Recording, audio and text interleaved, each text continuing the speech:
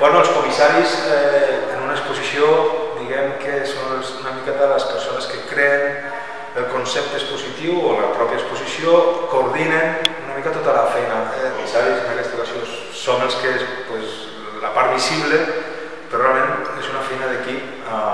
en un nivell altíssim, perquè hi ha moltíssima gent que entra en joc. Com qualsevol altra exposició, clar, estem nosaltres, està tot l'equip del museu, els dissenyadors gràfics, tots els industrials que també fan la part de plasmar el que hem pensat nosaltres, però és una feina d'equip en total. Que hi ha una part creativa, que és el cas nostre, que hem pensat en dissenyat. Primer de tot, què volíem explicar? Que és quan nosaltres ens juntem ja fa uns 8 mesos i diem, escolta, anem avanti amb això. Sí, és una feina també d'investigació per part dels comissaris, d'estudi dels artistes, en aquest cas d'aquesta exposició, que hi ha una gran varietat d'artistes, encara que pertanyen tots a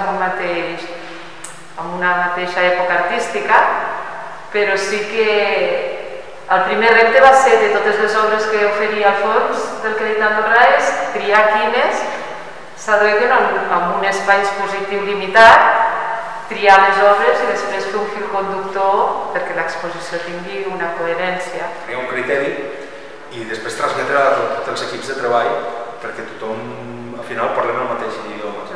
perquè això al final és el que transmetem en global